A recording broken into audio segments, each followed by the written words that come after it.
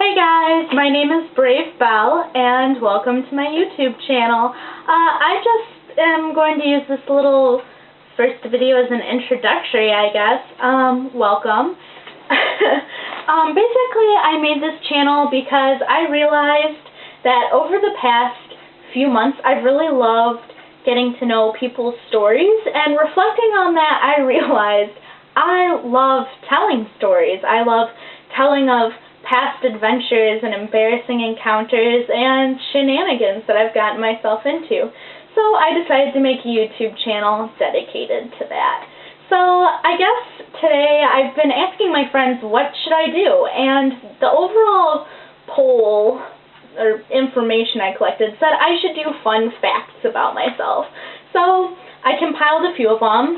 I apparently don't know myself very well because I had to write them down on index cards for myself to even remember, so let's see how well I do with that. Alright, so let's dive right in. Alright, number 1, I love animals. I have ever since I was little. I used to watch shows all about them, documentaries. I used to go to our local museum and take classes about all of the different ways to preserve insects for bug collections and how animals' bodies worked in the circle of life. And I guess I was super into that for a while. And there's a train going by. College life. Alright. So I was super into animals. I used to play zookeeper rather than dress up, and I would have all my little enclosures for all my stuffed animals, and I would give them bowls of water. Even though I knew they couldn't consume it, I still wanted to be a good zookeeper. And then I also got the Encyclopedia of Elephants, Big Cats, Bears, and Whales, and I read that encyclopedia so many times that the binding, was falling out of it towards the end. So it's a very, very well-loved book. Number 2, I have 2 middle names. I don't really know if this is a bragging thing. I don't think it is, because my full name, Belle is a nickname, by the way, obviously. My full name is 25 characters, which doesn't sound too bad until you have to fill out paperwork, or you have to sign things, in which case I've completely given up. It's all scribbles now. Usually when it asks for a middle name, I just pick whichever one I remember first. It's too long. The Hispanic side of my family has really gotten a little competitive with the naming, and I seem to have benefited from that. Alright, fun fact number 3. I was a vegetarian for 5 years, and not during my late teenage years, as most people would probably hypothesize. No, I chose the worst time to become a vegetarian. I was a vegetarian starting the summer before 6th grade. So I had all that awkward middle school pudge on me, which I'm still working off. And so basically I was just an uncomfortable little kid with a weird-shaped body and odd eating habits, which kind of freaked people out that I was 11 years old and a vegetarian. I became a vegetarian because I just thought at the time that the way, and I do still believe it, the way they kill the animals is pretty cruel. So I decided I didn't want any part of that, and I was just going to stop eating meat cold turkey. Pun intended. So I did, and I did that for 5 years, and basically it got too expensive. My parents were wasting a whole lot of money and time on preparing new meals for me because I couldn't eat the ones they were eating. So they convinced me into eating meat again, and I set up a special diet for it and everything, and I still wound up getting sick. So to all you vegetarians out there, I salute you, because it is tough as tits. Fun fact number 4. I'm a psychology major, and I take really great pride in this. I love the topic of psychology. It is my passion.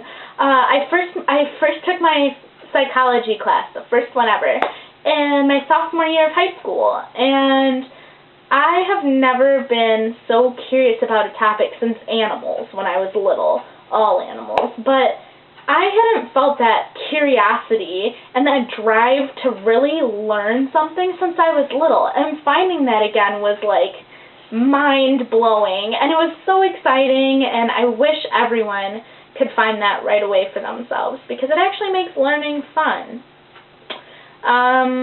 Another reason I like psychology is it makes the world easier. We already have to deal with a ton of butt fucks in this world, and just knowing how they work, knowing that, hey, they're having a bad day, or hey, this probably goes back to their childhood, or hey, maybe they have a Napoleon complex and need to get the fuck over themselves. It really does help you at the end of the day. And also communication skills are strengthened. You learn how to keep your composure. And just all the findings are so neat, and how far we've come and how much it helps. So I guess that's my passion, and that's why I'm studying it right now. It's overall a really amazing topic. My fifth fun fact is something I do in my free time here at college. Sorry, weird bumping noises from above. I live in a dorm room, and you hear a lot of weird shit. But one of the things I love to do is swing dancing and blues dancing. I think this is the coolest thing around. I don't care if people think it's antiquated. I have so much fun doing it. There's so many nice, kind people, and the act itself is what really draws me in, because it's just a great way to relieve stress without being busted for drinking or smoking pot. So that's what I choose to do. And blues dancing, I'm telling you right now, guys, I would recommend looking into it, because if you're a guy, it's going to get all the ladies. My last one, I'm a workaholic. That's not really a fun fact, but if you knew me in real life, I'm pretty sure you would see it. I worked 2 jobs for the past 2 years, and that wasn't really a problem until my schedules really overlapped in the summer, when both bosses were like, "It's summer, like, you can help out with us a lot more now." So I was basically working full-time at 2 jobs, which I don't even know how that's possible, but I would wake up at 6:30 and go and do one job, and then go to the next job, and I get done at about 10:30 at night. And granted, I hadn't eaten dinner yet or showered, and mind you, one of those jobs was running around outside, so I was not smelling or looking pretty by the end of the day. So, and I would just shower, eat a couple nuggets, go to sleep, and then wake up and do it all again. And that's not so much the workaholic part, as I would take on extra shifts. If I were to blessedly get, like, God shined down on me and I got a free afternoon, someone would wind up canceling their shifts at one of my jobs. And the boss would come to me and be like, "Hey, do you want to pick up that extra shift?" And every single time, I would say yes.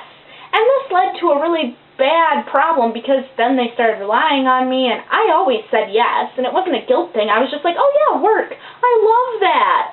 And so I mean, I could have been taking a nice long bath. I could have been reading, sleeping, hanging out with my family, spending time with my friends before I go off to college, and some of them go overseas. Nope. I decided to work because I have a serious problem. But this problem has also paid for my clothes and my books and pretty much everything. I'm pretty self-supportive right now, so I'm pretty proud of that problem. Alright, so this next part and final part of my video is what my friend Kelly helped me put together, and she recommended I do question and answers, so she supplied me with all these super cool questions. The first one being, have you ever eaten Play-Doh? Yes. I was a notorious Play-Doh eater when I was little, and it was known throughout my preschool grade that I was going to eat that Play-Doh. And not the canned stuff. I knew that was inedible. It probably wasn't. But in my kid mind, it looked weird. No, my problem was when we made Play-Doh. Yeah, we would make Play-Doh, and the teacher thought it was a cute hands-on activity. But as a child, when you're seeing all those familiar kitchen ingredients going in. I mean, you're curious. It smells good. It looks fun. It feels nice. So every single time when we got to the step of kneading the Play-Doh, I would sneak a little chunk, always thinking the teacher wasn't looking. And I'm not fully committed to eating it, I suppose you would say, but I would lick it, just. And then I would realize this is the nastiest crap ever. It tastes salty and bitter and floury. And instead of getting rid of it, like any normal person would do with anything disgusting, what would I do? I'd lick it, and then I'd put that little chunk back in the ball to make sure no one thought it was missing. Well, the teachers always caught me at this point. They always saw me lick it and then put it right back in the Play-Doh ball. And so they would start yelling every single time, "Oh my gosh, you've infected the project. Your germs." I went to a private school. So they were like, "Oh my gosh, the babies." And they'd pull me away from there and sit me in a corner. And I lost Play-Doh privileges every time. They really should have known better after the first couple times. And I should have, but I was 4. And I loved me some Play-Doh. Alright, the second one. What fictional character are you most like? If you've ever seen the show Gravity Falls, I consider myself a lot to be like Mabel Pines. And I'm pretty sure all of my coworkers could agree with me. I worked at a summer camp with kids, and I was like a beam of sunshine compared to a lot of people. Not my fellow tennis teaching coworkers, but a lot of the counselors were pretty crusty. So I was like a beam of sunshine at that place, along with my other job. I was unusually happy. So I suppose I could relate to her the most, and I just love being happy and wearing nice bright things that I'm not illustrating. I'm wearing some pretty dark shit tonight, but I just love being happy. Alrighty. If you could have a superpower, what would you pick? Well, I think about this a lot, and if I were to be a superhero, 1, my name would be like Fox or Raven. I think that's super cool.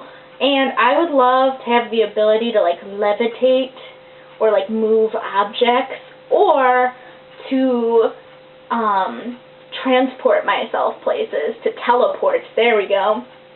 And teleportation would be so handy, because on campus it's rainy and snowy, and no matter how much you get bundled up, you have to deal with people, and I'm not really into that, and I'm lazy. So I would just be able to eat my applesauce in the morning and roll out of bed, throw on whatever, and teleport to class. And that sounds really, really nice. So I would probably pick teleportation. Alright, have you ever played an instrument? Yes. And I don't count the recorder in the 5th grade, though I could play some mad hot cross buns. I went through a phase where I played the electric bass, so, and I was in a classic rock band. Looking back, I didn't really fit in this band, because at the time it was my freshman year of high school, and I was going through this, like, wannabe scene gothic stage, and I really didn't fit into that either, because I was much too happy of a person. But, you know, you do what you want to do. And I joined this classic rock band because I knew a kid in choir. I did not fit. They wrote their own songs, and it was all about, like, getting chicks and going out. And then here I am, like, never gone out, never picked up a chick, playing the bass, just, yeah, exploiting the women. Which I do not support at all, but at the time, I just thought it was cool to hang out with older guys, still in high school, and play an instrument and be in a band. And it was a learning experience that, looking back on, I am going to regret. I feel like a really weird version of Robin Sparkles. I told that story to a teacher of mine once, and he didn't stop laughing. Ever. Because it was so unlikely. Like, if you knew me in real life, this is a fact that shocks a lot of people about me. But yes, and then also I consider my vocal cords an instrument. I've sang since the 6th grade through high school until now, so I know how to read music and all about conducting and such. So all that time put into performance and vocal training and blah blah blah, I count that as an instrument. My final question before I bore you guys is, who do you think would win in a fight? A giant robot or a mutant dinosaur? My heart goes out to the dinosaur. It really does. I would root for the dinosaur until the cows come home. But realistically, a giant robot would totally win. I mean, this thing is programmed with intelligence. I mean, not to mention, it probably has laser eye beams that shoot out in huge rockets that burst from its chest. So I don't think the dino would stand a chance. Might get a couple chunks out of it, but before it could even really come close, the robot would probably just fire a missile into it or a bazooka. I don't really know how robots work. Or dinosaurs. But I'm pretty sure the robot would win. And that's all I have today. A lot of questions and fun facts that I had to memorize.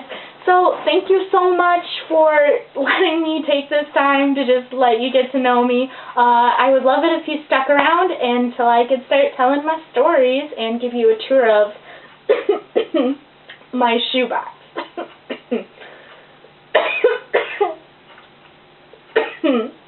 I'm so sorry. Thank you so much, and you guys have a nice night. Brave Belle out.